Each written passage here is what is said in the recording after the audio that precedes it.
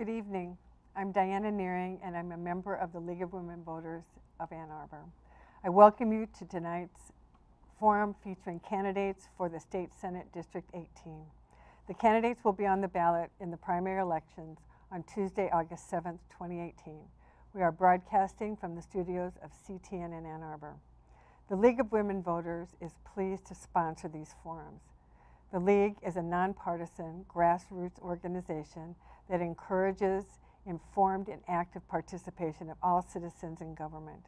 The League works to increase understanding of major public policy issues and seeks to strengthen and broaden knowledge about our form of government and democracy. While the League does not support candidates or parties, we do take stands on issues that we have studied. One of the League's most important goals is to assist voters in making informed choices at the polls, and thus we bring you tonight's program. Our moderator this evening is Dharma Ackman, who will explain the format and get us started. Okay, Dharma? thank you. So there are 3 Democrat primary candidates for the State Senate, District 18, and those candidates are Michelle Dietrich, Jeff Irwin, and Anuja Rajendra. Each candidate will give a 1-minute opening statement and a 1-minute closing statement. Please use your opening and closing statements as opportunities to provide voters with your views on the issues. The order of speaking was determined by drawing from a bag before we began, and the candidates will be giving their opening statements in the following order: Michelle Dietrich, followed by Jeff Irwin, and then Anuja Rajendra. The format is as follows. I will ask questions which came from the community and a committee of League members. Each candidate has up to 90 seconds for a response. At appropriate times, the timers will hold up their paddles with the amount of time remaining, and then they will hold up a stop sign. Please stop when indicated so that we have an equal opportunity for everyone to participate. Our timers tonight are Betty Bishop and Miriam Shaw. Okay, so we are ready for opening statements, beginning with Michelle Dietrich. Thank you. I'm Michelle Dietrich. I'm the Vice Chair of the Washtenaw County Board of Commissioners.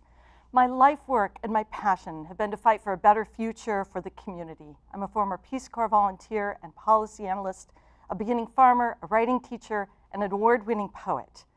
The strategy of the corrupt politicians in power is to overwhelm us with crises, threats to our air and water, underfunded roads, underfunded schools, and underpaid teachers until we get used to a new status quo. Introducing legislation doomed to die in committee is not enough anymore.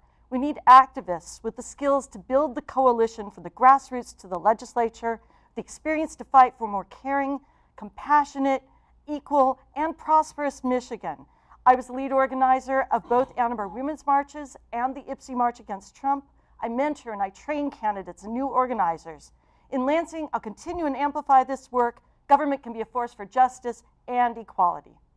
Okay, thank you. Jeff Irwin, your opening statement. Good evening. I'm Jeff Irwin. I'm running to be your state senator because I want to make Washtenaw County and Michigan the best place to live. I believe that the issues that are most important as a foundation for a successful community are having great schools in every community, making college affordable, protecting our drinking water and our Great Lakes and our natural resources, and making sure that we respect the equal rights of everyone, no matter where they're from or the color of their skin or their gender. And I know that the most important decisions that we make as a community and as a society to affect those issues are made in Lansing.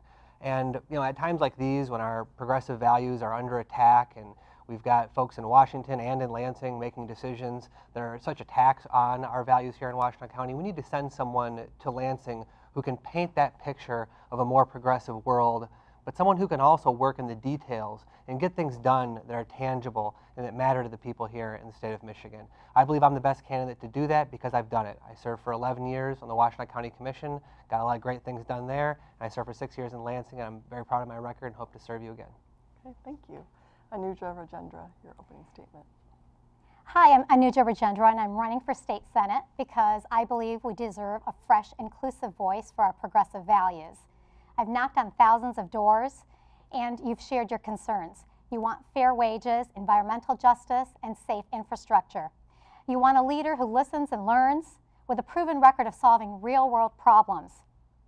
Those of you who feel like you've been abandoned by the process, you've shared your fears, and you want someone who struggled in the same situations that you have to represent you. You're asking for a mother to sit at the table at a time when women's health immigration and education rights are being eviscerated by our legislature. I'm the first in my family to be born in the U.S. I've lived here in Washtenaw County for over 20 years. I have engineering and business degrees from U of M and powered through obstacles.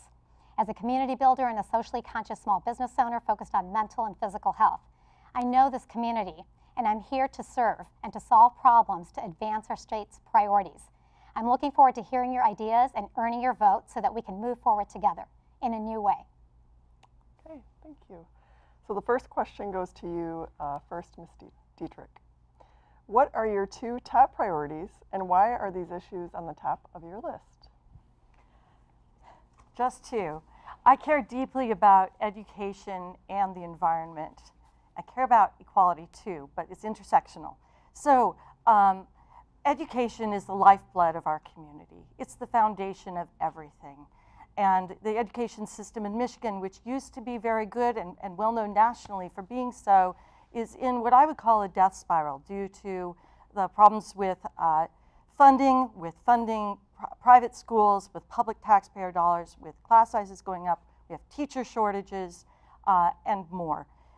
I also care deeply about the environment and about climate change, which is sort of the ticking time bomb that all these other crises that we're dealing with are distracting us from. But we also have threats to our Great Lakes. We have fracking and the dioxin plume here in the Ann Arbor area threatening our water supplies. We have lead pipes issues poisoning our children in Flint and Benton Harbor and elsewhere. There's an opportunity for us to take the lead in green energy transformation in Michigan. And this would generate great jobs. It would help all of our communities. And the thing about the education system, the environment being under attack, is it affects people of color and the young and people of lower income disproportionately. So these are also issues of equality. Thank you.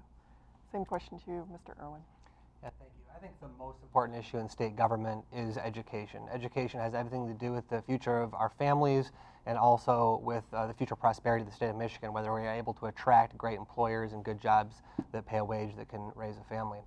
And our education system has been under attack. Michigan today spends about 25% less in inflation-adjusted dollars than we did a decade ago, and that's why Michigan continues to fall down the rankings. We need to be a top 10 state for education funding again. So we need more money in the classroom.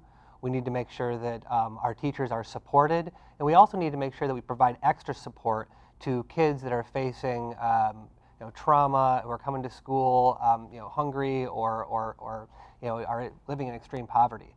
That's what the best states and the best countries around the world are doing, is they're addressing their educational needs by focusing on childhood poverty and making sure that kids are supported in their schools. So the other way we need to improve our schools, which doesn't cost us anything, is to stop evaluating our schools based on high-stakes tests. What this does is it threatens to turn our educators into box checkers, but it also drives low-income community schools down a spiral. And it causes families to pull their kids out of those schools, and it also isn't a good way to evaluate schools. Our test scores do a great job of measuring the income of the parents, but they do a horrible job of measuring the quality of the instruction. So I think that schools are the #1 priority, and that's my focus in Lansing. Okay, thank you. Same question to you, Ms. Rajendra. Yeah, as an engineer, I take both a long-term and a short-term view of problem solving. And I completely agree with my colleagues that education and infrastructure are the foremost of our challenges, because education is connected to every aspect of our society. And long-term, we need a graduated income tax to be able to make that happen, to have the funding available in Michigan, and the polling shows that Michiganders are ready for it. It may have been tried before, but I haven't been there yet, and I'm ready and energized to connect with my colleagues to move us forward in that direction. In terms of immediate legislative priorities, we have the least accountable and least transparent government in the country, and that's something that spans across whatever spectrum you're on in politics. So #1, we need to make sure that the Freedom of Information Act extends to the executive branch and the legislature. We're one of 2 states out of 50 where this is not the case. So when we have an environmental justice catastrophe like Flint, it's like a cog in the wheel because we don't have timely access to that information. And we could have a situation like that happen again. So we need to make sure we're leveling up. I don't see that as a red state or blue state issue. It's something we need to do. And secondly, we are the only state in the country that doesn't have a statewide septic code. So we keep having these issues with E. coli in our waters. Again, not a red state or blue state issue. This is something that Michigan needs to level up on because all 49 other states have this. So I'm ready to get to work both on short-term, low-hanging fruit that we need to level up on, as well as a long-term picture for our future. Okay, thank you. This next question goes to you first, Ms. Rajendra.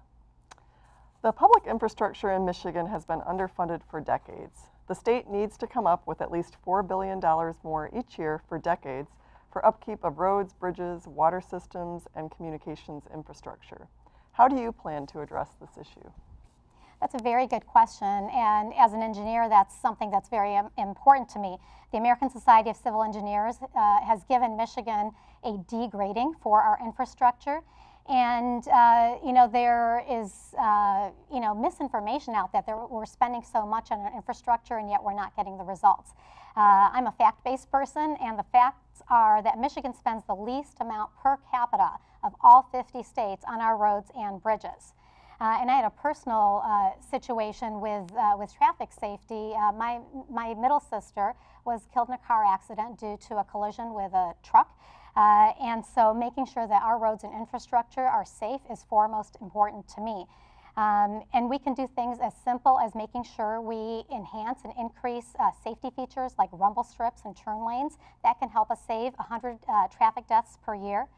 We need a comprehensive infrastructure plan in order to be able to plug the infrastructure funding gap. And I see that progressive tax that I talked about earlier as an important step to get us in that direction. And finally, I'm really looking forward to working with engineers at University of Michigan and some of our other top institutions to make sure that we're not only funding, but we're using the right materials. Because right now, we're using materials that have our roads built for about 20 years, but there is better material out there that can help our roads last for 30 to 50 years. And I want us to be on the cutting edge of technology. Okay, Mr. Irwin, same question. Yeah, thank you. So we do have vastly underinvested in our infrastructure here in the state of Michigan, and it goes for our water and sewer systems as well as our roads and our bridges. Obviously, this is something that we need to address in a serious way. And you know, what I did when I was in the legislature was I introduced a package of legislation to bring back the Clean Michigan Initiative to provide financing and dollars to invest in our sewer and water infrastructure. We need to upgrade our drinking water infrastructure. We need to upgrade our sewer infrastructure. We need to separate combined sewer infrastructure so that we're not polluting our lakes. And you know, that was a successful method back in 1998. We need to re-up that and reinvest in those systems that way. I mean, these investments provide good jobs. They provide long-term tangible benefits to our communities, and there's no reason why we should be so behind the other states. In terms of our roads are dramatically underinvested in, and I do think we need better materials. I do think we need road warranties. I do think we need to lower our truck weights. I do think we need better decision-making about where and when we invest in our roads and our bridges.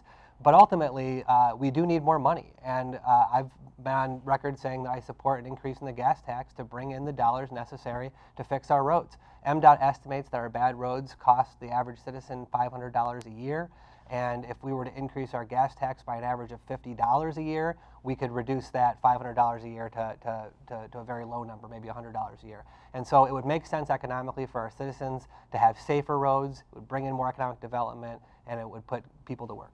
Okay, same question, Ms. Dietrich. We absolutely, it's no secret, need to invest and make up for all of the deferred maintenance on our infrastructure statewide. At this point, it's impacting our ability to attract people to live here. It's impacting our ability to attract businesses. And the whole thing about investing in infrastructure is it's generally good paying local jobs, money being pumped back into the Michigan economy, which means that we get that money then being spent here, and it is a great economic boost. We also need to address the issue of high-speed internet in this state. 50% of Washtenaw County geographically does not have high-speed internet. This has a huge effect on our schools. We have schools where there are teachers assigning 2 sets of homework, one for the kids who have internet at home and one for the kids who don't. Those kids are missing out on the opportunity to build the collaborative kinds of 21st century job skills that we need going forward. It affects businesses, it affects home prices, which in turn affects local government's ability to raise tax dollars, millage dollars.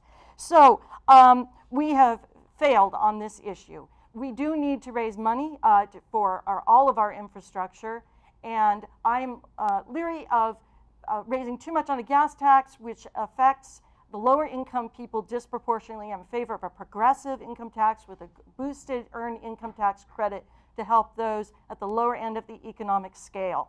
We also need more investment in mass transit. Thanks.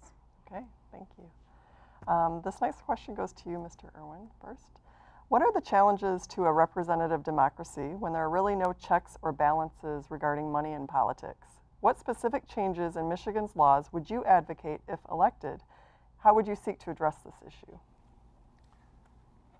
So the first thing we need to do is we need to address dark money in our politics. Michigan's transparency laws are woefully behind, and the citizens absolutely need to know who it is that's investing in these issue ads and in these robocalls and in all this mail that shows up in our mailboxes. We have very poor disclosure laws here in Michigan, and we need to beef those up and make sure that the citizens know who it is that's investing in these dark money operations. That should not be allowed. Dark money should not be a thing. Also, when I was in Lansing, my Republican colleagues saw it fit to double the contribution limits, which I think is a disaster for politics here in Michigan. We need to get big money out of politics, and when you double the campaign giving limits, there are less than 1% of the citizens, less than 1% of the donors even, who are giving at the maximum level. Most of the folks that are giving at $50 or $25 or $100, those folks aren't at all advantaged by having these limits that go up to thousands of dollars. So we should lower the giving limits, and we should have dramatically improved transparency laws so that we know exactly who it is that's investing in these campaigns. Ms. Dietrich. Government needs to be accountable and transparent, and our legislators need to be beholden to the voters, not to corporate donors and lobbyists. We need to restore the public trust, and we need to have legislators who deserve to have that public trust. I support the repeal of the Citizens on Steroids law, which indeed, as my colleague here mentioned, allows unlimited amounts of dark money to flow to super PACs. I also support ending the revolving door between the legislature and the lobbyists. In most states, in the vast majority of states, legislators have a required chilling off period before becoming lobbyists. That does not exist in Michigan. And especially with term limits, what it means is that many legislators, or last 2 years, they're looking toward or already know what job they're going to have in the lobbying industry afterward. We need to support bills lowering the cost of FOIA requests and increasing the speed of document delivery by the state government. I've experienced that myself. As a founding member of the Michigan Small Farm Council, it would take months and cost hundreds of dollars to get FOIA documents. We also need to restrict regulatory advisory committees to departments, for example, MDARD, from having more than 1/3 corporate representation. This is a case of the fox watching the chicken house. And finally, we need to ask all of our legislators to respect the public trust. Thank you. Okay, Ms. Rajendra. So I believe that everything that my colleague said, but change begins with ourselves. So I'm somebody who always looks within at what I'm doing and how I'm stepping out into the world. And I'm very proud of the fact that even though I'm a first-time candidate without establishment support, I haven't taken any money from corporate PACs. And I've been offered it, and I've respectfully declined. And I hope that all of my colleagues will join me to follow suit, because politics works better that way, and it is returned to the people. So we need to take action at the legislative level, but as fellow Democrats, I think that we need to answer the call of our national leaders who are asking us to stop taking corporate money. And I'm really proud to be able to say that I haven't done it, and I don't plan to do it myself. Okay. This next question goes to you first, Ms. Dietrich. Michigan is one of 5 states that automatically charges 17-year-olds as adults in the criminal justice system.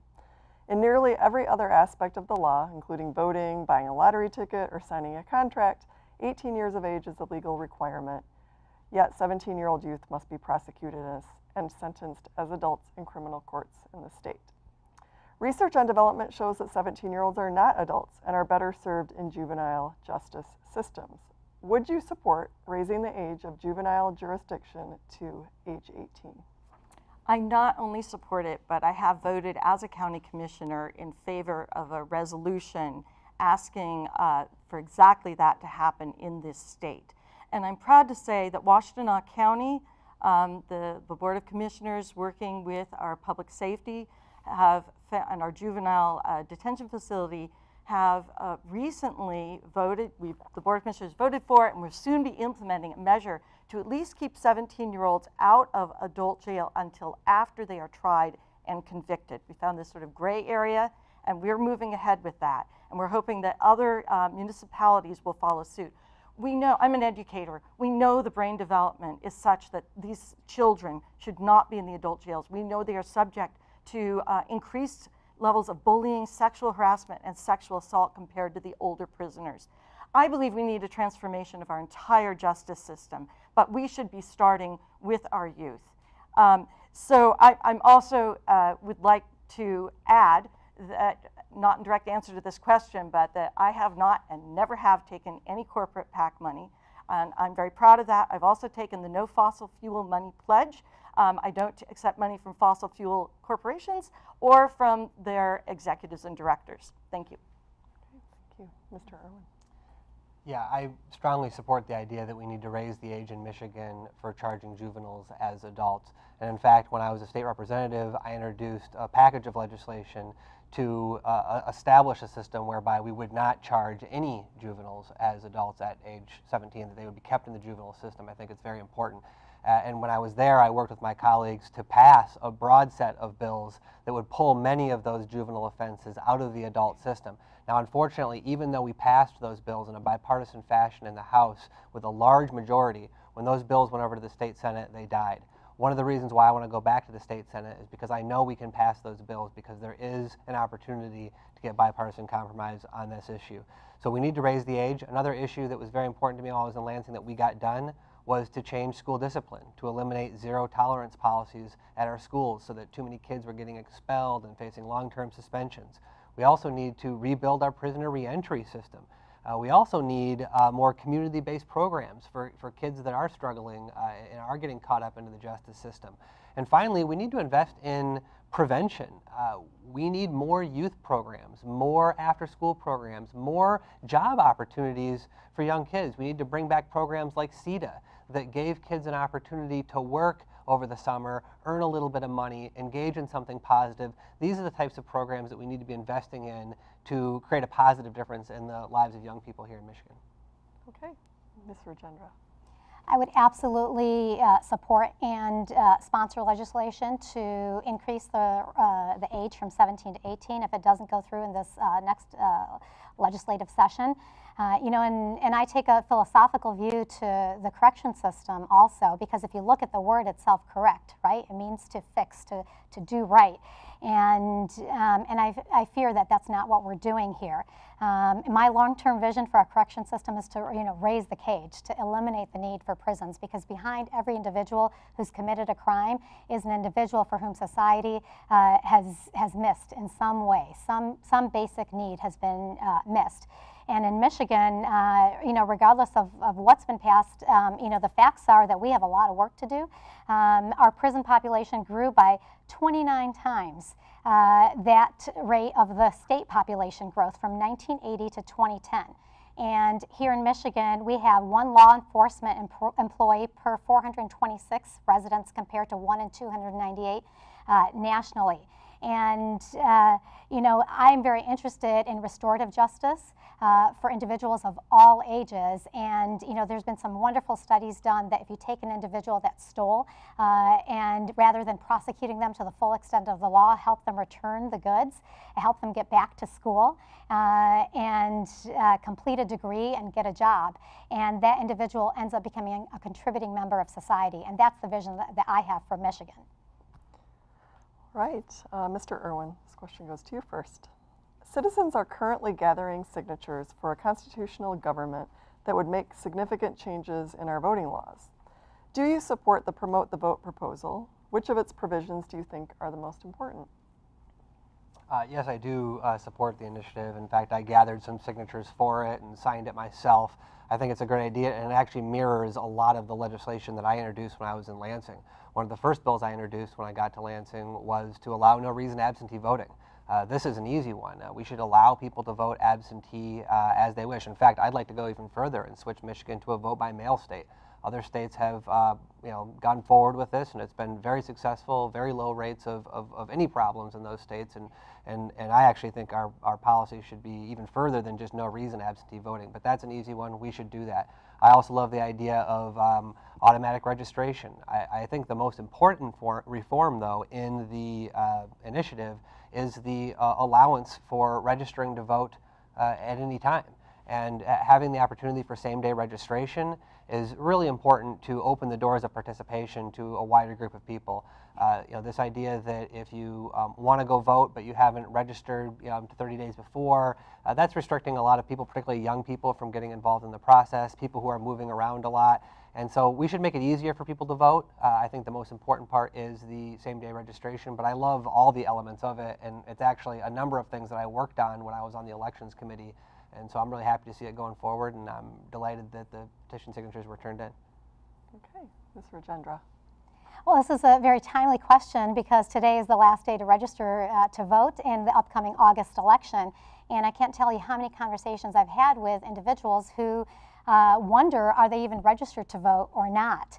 And there's this fear that goes along the back of their spine, and then they're not sure what to do to be able to register. And if they're not going to be in town on the day of the election, can they get to the county clerk's office in order to apply for an absentee ballot? So if we want a representative democracy, and that's one of many reasons why I'm running for office, is that I want to expand the table and bring more voices into the process, then we need to make it easier for all people, all backgrounds to be able to vote. So I fully support no reason absentee ballots and eliminating the photo ID requirement for individuals wanting to vote. And beyond the basics, we need to make sure that we're increasing funding for technology to increase the efficiency, transparency, and reliability of the votes that do get cast.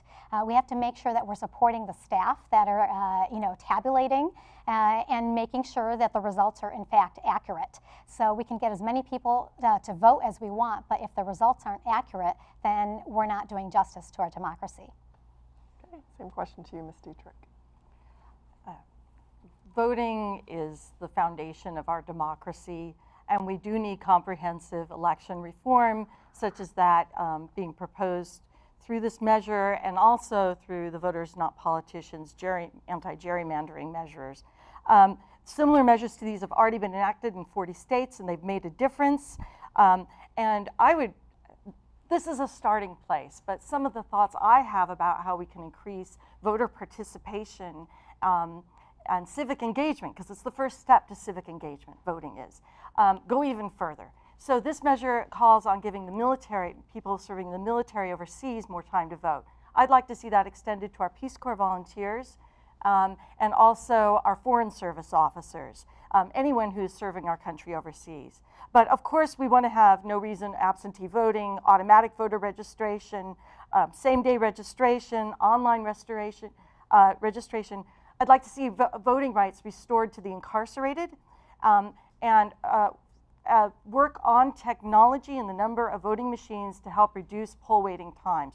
I personally witnessed when we held the old machines in 2016, they were replaced, but I witnessed waiting lines at one polling location that were more than 45 minutes long, and people leaving who could not vote because a machine had broken. I also think local governments should have the option of allowing 16 and 17-year-olds to vote in local elections. Imagine if in our schools that was part of their civics education. Okay, this question goes to you first, Ms. Rajendra. Environmental issues, especially the dioxin plume in the local aquifer and the statewide concern regarding Line 5, are important to many Ann Arbor residents. Do you plan to introduce or support legislation that would strengthen environmental protections? And what do you think is the best role for the MDEQ to play in our environmental concerns? So the environment impacts every aspect of our society from a humanistic perspective, and for many individuals in Michigan from a spiritual perspective as well. And of course it has long-term economic ramifications. And as I shared earlier, we have some low-hanging fruit to take care of. We're the only state in the country without a statewide septic code. We have the third highest number of lead service lines in the country, and we have the 7th highest rate of asthma in the country. You know, I'm not a doomsday person, but I think it's important to understand the facts. My long-term vision for Michigan is that we achieve 100% renewable energy by 2050. And Stanford University and other leading researchers have outlined plans for us to consider, and that's something that I'm really excited about, because we don't have to choose between labor and environment. We don't have to choose between jobs and environment. This is something that's good for all of us. So, you know, I'd like to see us ban fracking in Michigan, and I'll work hard on that. We need to shut down Line 5, and I'd like to make sure that we exempt installed solar panels from property taxes as well. So we have a lot of work to do, both in the long term as well as in the short term. Okay, Ms. Dietrich, same question to you.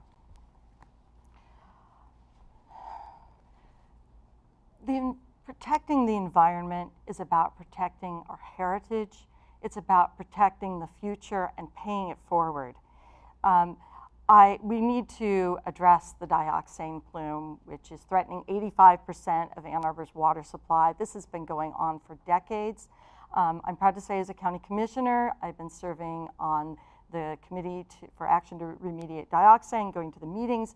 The county has filed a lawsuit and is pursuing that route. I am also advocating that we need to further push the EPA about the possibility of Superfund status, because frankly, the DEQ currently is taking a role of protecting the polluters. And the new trio of bills that got passed in the last 2 weeks that sets up 3 private sector-based panels to oversee the DEQ, that is extremely troubling. You count up the people on those committees, and about half of them are going to come from industry. And this is for a DEQ that in 2017 approved all but 0.5% of polluter permit requests already. So we need to staff up the DEQ, we need to change its mission, we need to make it be about not just monitoring, but actually regulating the pollution in this state. Thank you. Okay, Mr. Irwin. Thank you. During the 11 years I served on the County Board of Commissioners before going to Lansing as a state representative, I worked in the environmental community with the Michigan League of Conservation Voters, organizing environmentalists, working around the state, getting people active on environmental issues. And that's why when I got to Lansing, I was a real leader on environmental issues. I was the first legislator to introduce legislation to shut down Line 5. I secured $700,000 in additional state money to monitor the dioxin plume we've been talking about, to make sure we know exactly where it is and where it's going. I was also able to convince the DEQ to make a more stringent standard, and to make that standard for dioxin cleanup 12 times more stringent than it was before. I was able to protect home-based solar from the attacks from the utilities trying to get rid of net metering. And I also introduced legislation to protect solar panels from taxation, to shut down fracking, to regulate fracking more strictly, and to hold polluters accountable in a number of ways, including to promote environmental justice by requiring air permits to be considered in a cumulative effect to protect communities that are really overloaded with air pollution.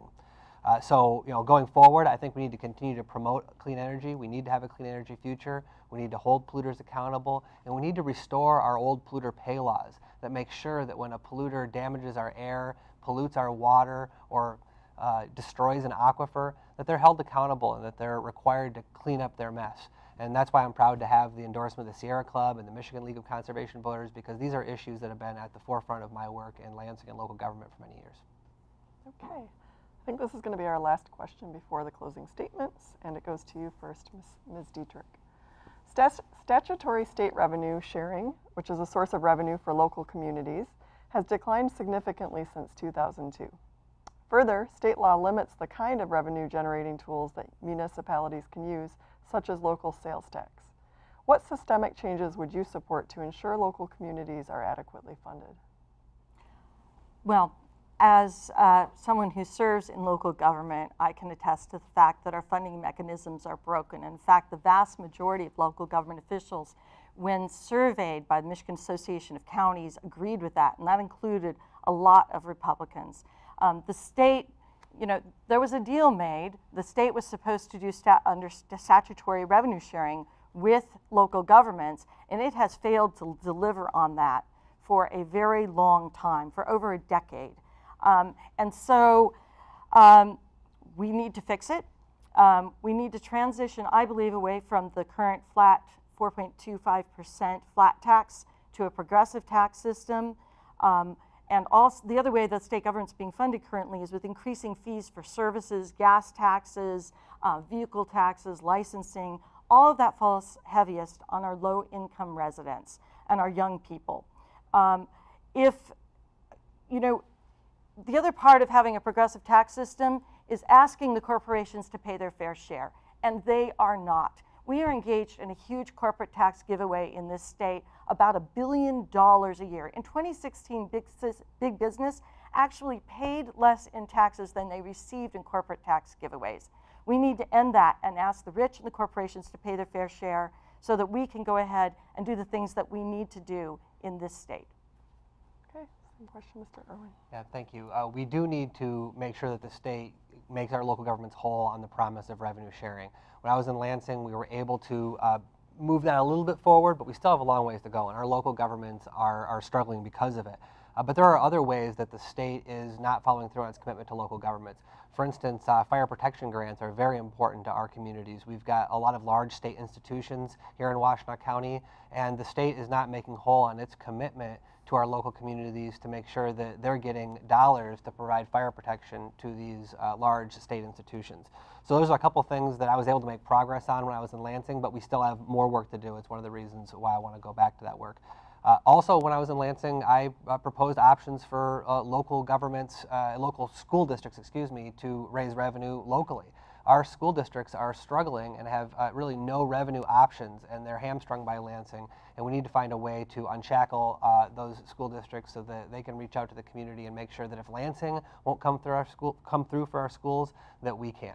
And we've heard a lot about the graduated income tax tonight. I'm a strong supporter of the graduated income tax. That was the very first bill I introduced back in 2011 when I got to Lansing, and I'm hopeful to put that in front of the people. Of course, it does require a constitutional amendment. It's not something that the legislature can do, but I do think that we need to have a more fair tax structure that respects the fact that low-income people today are paying a much higher percentage of their income than high-income earners, and a graduated income tax would help to balance that.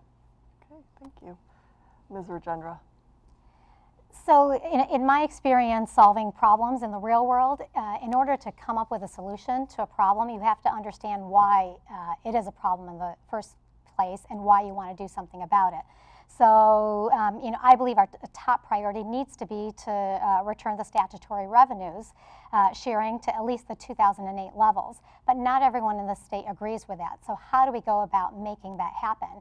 So we have to find new and creative ways until we're redistricted and we have a fairer representation from across the state of making the case to folks who don't understand that the state as a whole is in decline because of the unfairness in the revenue sharing and in the decline. And these local municipalities are at a decline. And regardless of what party somebody's from, they have family members, they have friends, they themselves live in these communities that are suffering. So, we can talk on and on about where it's going to come from, the what and the how, but until we come to some sort of semi-unified vision on the why, it's important. it's going to be very difficult to create a problem. And that's something that I'm really good at, and that's something I'm really energized to do, to help connect the dots for folks who don't understand cause and effect. That you do this and this has an impact over here. You don't do this and this has an impact there. So they can see it in their day-to-day world and their day-to-day experiences.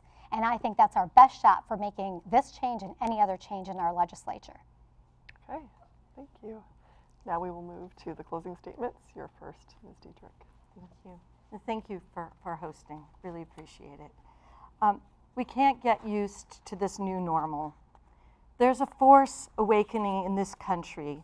We see it in the young, and we see it in the old. We see it in women and in men. We see it in people of color, and we see it all over the land. I'm really proud of the strong grassroots support I'm receiving in this campaign, and also from labor unions, from the Michigan Democratic Party Justice Caucus.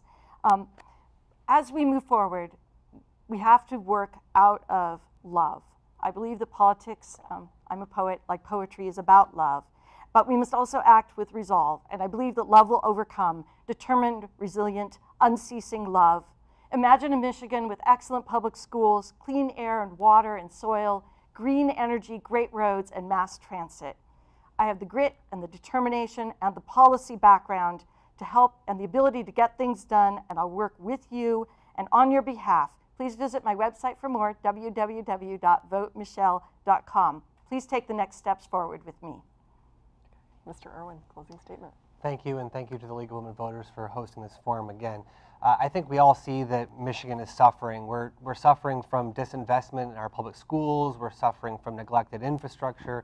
We're suffering from a social safety net that we've been cutting holes in for years and years, leaving vulnerable people behind. And all of these problems are a result of a philosophy that government doesn't work and government can't work. And a legislature that's dominated by hyper-partisanship combined with inexperience due to term limits. The combination of term limits and gerrymandered districts has resulted in a legislature that just isn't working for the people of Michigan. And that's why I want to go to Lansing, because I've got 11 years of service in local government. I spent 8 years working in the environmental community. I spent 6 years in Lansing proposing real solutions and getting some important things done that make our state tangibly better. And I think we need to send to Lansing experienced leaders who know how to hit the ground running, who know how to get things done, and who know how to not just cast that vision of a greater Michigan, but actually work in the details to move it forward in a tangible way. And that's why I want to work for you. Thank you. Okay, thank you. Ms. Rajendra. Thank you so much to the League and to all of our viewers. I'm Anuja Rajendra, and I'm running for State Senate because I believe that we can do better. I'm outraged at the lack of accountability, transparency, results, lack of compassion, and the sheer lack of representation in our state government. I'm running to be a strong and inclusive voice and a mother from the community. My opponents tout their experience, but what we need is experience with actual results, because our roads and our schools are ranked among the worst in the nation. I lead with my brain and my heart, both. I listen with empathy, and I've been doing that across the campaign trail here. And I put myself in each individual's shoes across the district. I believe we need to do a lot more of that in our government. I'm committed to serving you in this role for all of us. I'll bring collaboration, creativity, camaraderie, and an incredible work ethic to power through obstacles for all of us. I hope to be able to earn your vote on August 7th to serve you as your next state senator, because I believe that we need to move forward together in a new way. Thank you. Okay, thanks to all of the candidates for joining us tonight and answering the questions. Now for closing remarks, I will turn it over to Diana. Thank you, Dharma. And thank you to the candidates for participating in tonight's forum. Thank you to those who contributed all the questions, and thank you to the CTN group of individuals who are making this possible. The forum will be rebroadcast on Channel 19 a number of times between now and the election on August 7th. There are also, you can see them online, see the forums online streaming on your computer and smartphone. If you go to the League of Women Voters website, lwvannarbor.org, and look for the link on the programs. Please urge your friends and fellow residents to watch the forums too. For additional nonpartisan information on candidates and ballot issues, go to vote411.org. the League's voter resource guide covering local, state, and federal candidates and the current proposals that will appear on your ballot. Thank you, everyone.